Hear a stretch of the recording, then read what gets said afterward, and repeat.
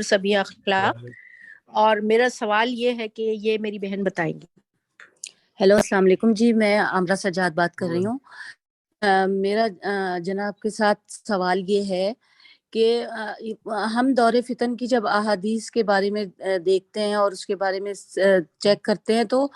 اس میں غزوہ ہند کے بارے میں ہمارے شیعہ علماء اور ہمارے مسلک کے حساب سے غزوہ ہند کی اہمیت اور وہ اس سلسلے پہ آپ روشنی ڈالیے گا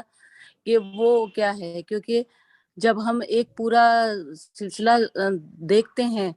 کہ جو یروشلم والی احادیث ہیں تو اس سے پہلے غزوہ ہند والی احادیث نظر آتی ہیں، تو اس سلسلے میں آپ بتائیے گا کہ ہمارے اہل تشیع میں اس کی کیا اہمیت ہے۔ دیکھیں، شکریہ غزوہ ہند والی جو حدیثیں ہیں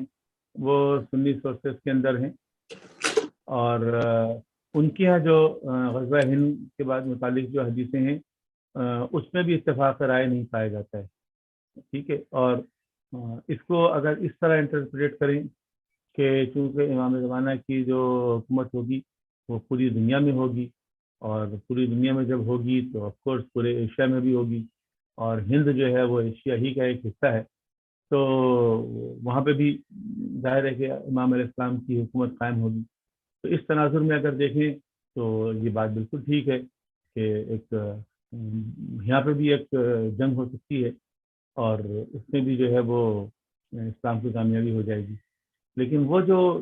غزوہ ہند کی بعض روایتوں کو اس طرح انٹرپریٹ کیا جاتا ہے اور بعض اس پر تنظیمیں بن گئی ہیں اور وہ چاہتی ہیں کہ مثلاً بر صغیر پر ان کا قبضہ ہو جائے، ہولڈ قائم ہو جائے، اور وہ اس سے استدلال کرتے ہوئے اپنی اس تحریک کو، ملیٹنسی کو جو ہے وہ جسٹیفائی کرتی ہیں، تو ہمارے یہاں یہ روایتیں نہیں ہیں۔